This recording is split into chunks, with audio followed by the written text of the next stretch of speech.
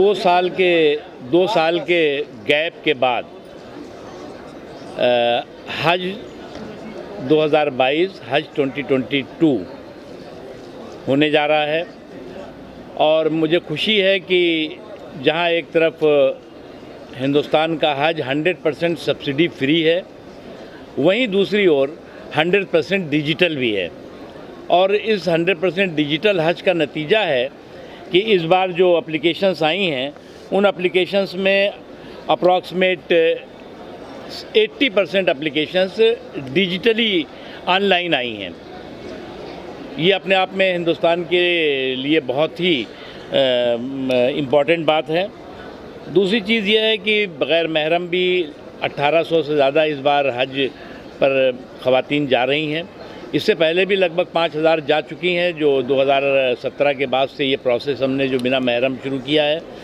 और ये जो एप्लीकेशंस हमारी आई हैं डिजिटल एप्लीकेशंस, उसमें 50% जो है वीमेंस की हैं और 50% मेल है।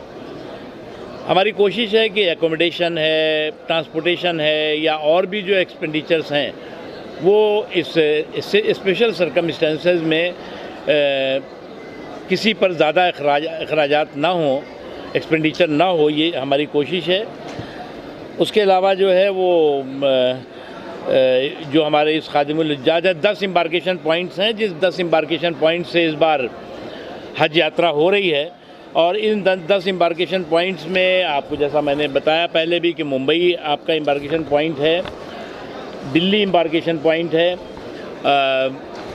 उसके अलावा जो है वो बेंगलुरु एम्बार्केशन पॉइंट है, कोची एम्बार्केशन पॉइंट है, दिल्ली गुवाहाटी एम्बार्केशन पॉइंट है,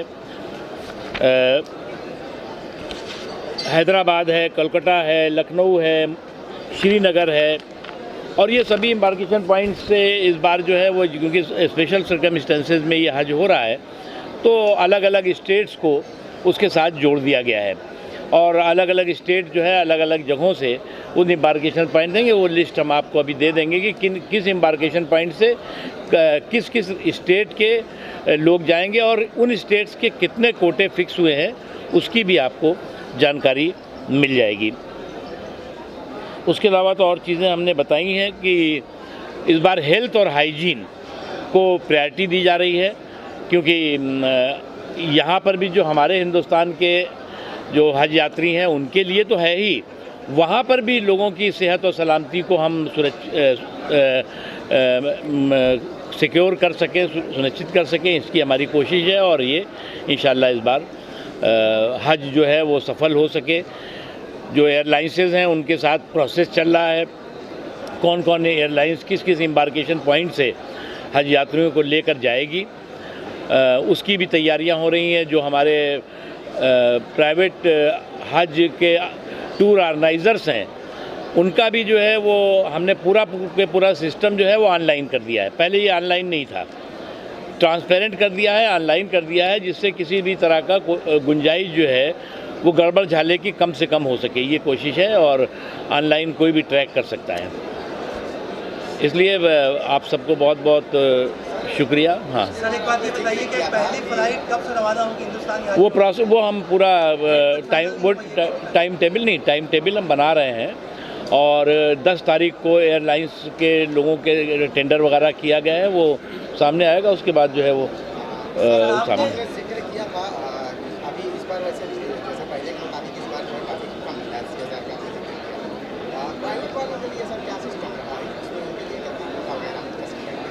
जो प्राइवेट का सिस्टम है जो वहाँ से बायलैटरल एग्रीमेंट के साथ आया है उसके हिसाब से जो है वो प्राइवेट को भी जो एलोकेट करना था वो एलोकेट कर दिया गया है।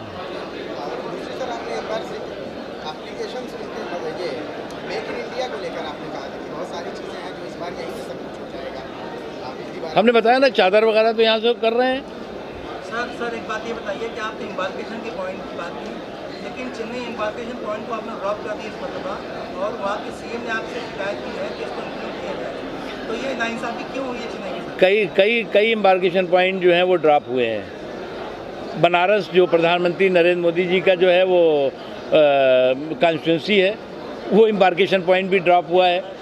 और कई ऐसे इम्बार्केशन पॉइंट हैं जो क्योंकि स्पेशल सर्कमस्टेंसेस में ये हज हो रहा है। और हमसे भी चीफ मिनिस्टर साहब का चिट्ठी भी आई थी, बात भी हुई थी।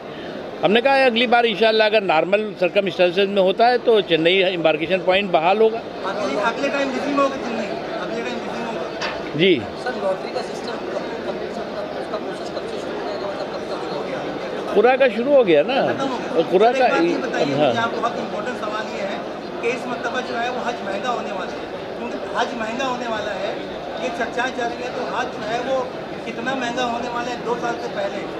ऐसा है कि अब हम चर्चा पे तो कोई चर्चा आपसे करेंगे नहीं, चर्चे पे हम कोई खर्चा नहीं करेंगे। हाँ, सर, आपसे पूछना चाहिए, जिसमें महाराष्ट्र के गृह मंत्री दिलीप पाटिल ने कहा है कि लाउड स्पीकर मामले को लेकर कि केंद्र सरकार इस पर एक नीति बनाएगी, पॉलिसी बना लाउड स्पीकर को लेकर। सर, इस पर आपका क्या कहना है? देखो, हिंदुस्तान की तहजीब और ताकत को तार तार करने की किसी भी तालिबानी तड़प को तार तार करने की जो भी साजिश है उसको हमें तड़ी पार करना है। आपके मुंबई के महाराष्ट्र के उसके हिसाब से कि हिंदुस्तान की तहजीब और ताकत को तार तार करने की किसी भी तालिबानी तलब को हमें तार तार करना है। और इसलिए ये सीधा सीधा संदेश है उस सबके लिए। कोई भी चाहेगा कि देश के सौहार्द को, देश के भाईचारे को, देश की एकता को, की ताकत को कमज़ोर करे, वो हमें एकजुटता के साथ उस ताकत को कमज़ोर नहीं होने देना है। और जो भी साजिशी सांप्रदायिक सुपारी का मंत्र है उसे सौहार्द की ताकत से चूमंतर करना है। साजिशी सुपारी के मंत्र को सौहार्द की ताकत से चूमंतर करना है। हमारा देश जो है, कोई बोले राम राम, कोई खुदा है। यहाँ तो ये देश जो है वो इस देश में दुनिया का अकेला देश है जिसमें दुनिया के सारे मज़हब के मानने वाले भी रहते हैं, बिना मज़हब के मानने वाले भी रहते हैं। 4 करोड़ से ज़्यादा लोग ऐसे हैं जो किसी मज़हब को नहीं मानते, लेकिन सब लोग मिल के रहते हैं। हमारी यही जो अनेकता में एकता की ताकत है, हम एक भारत को श्रेष्ठ भारत बनाती है। और कुछ लोगों को ये पसंद नहीं आता तो बीच बीच में जो है शगुफेबाजी करते रहते हैं। संविधान हमारा देखो भाई, ऐसा है, हम फैमिली फाइट में तो पढ़ने नहीं चाहते। फैमिली फाइट में वर्चस्व की लड़ाई चलती रहती है, उसमें हम क्या कहें। सर, सुप्रीम कोर्ट का ऑर्डर है, ये ऑर्डर ठीक है, अब उसको पुलिस ने उस पर अमल करने के लिए कहा।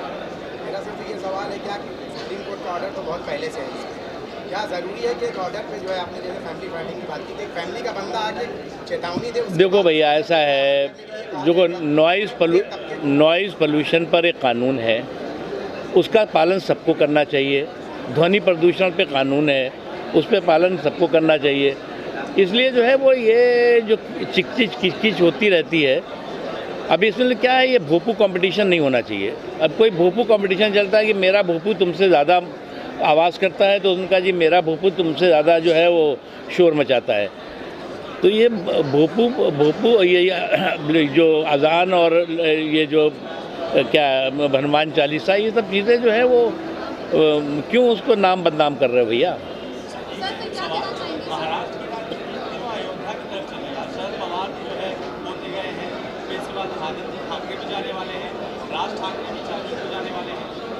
देखो भैया, देखो दीवानों, तुम ये काम ना करो, राम का नाम बदनाम ना करो। Thank you.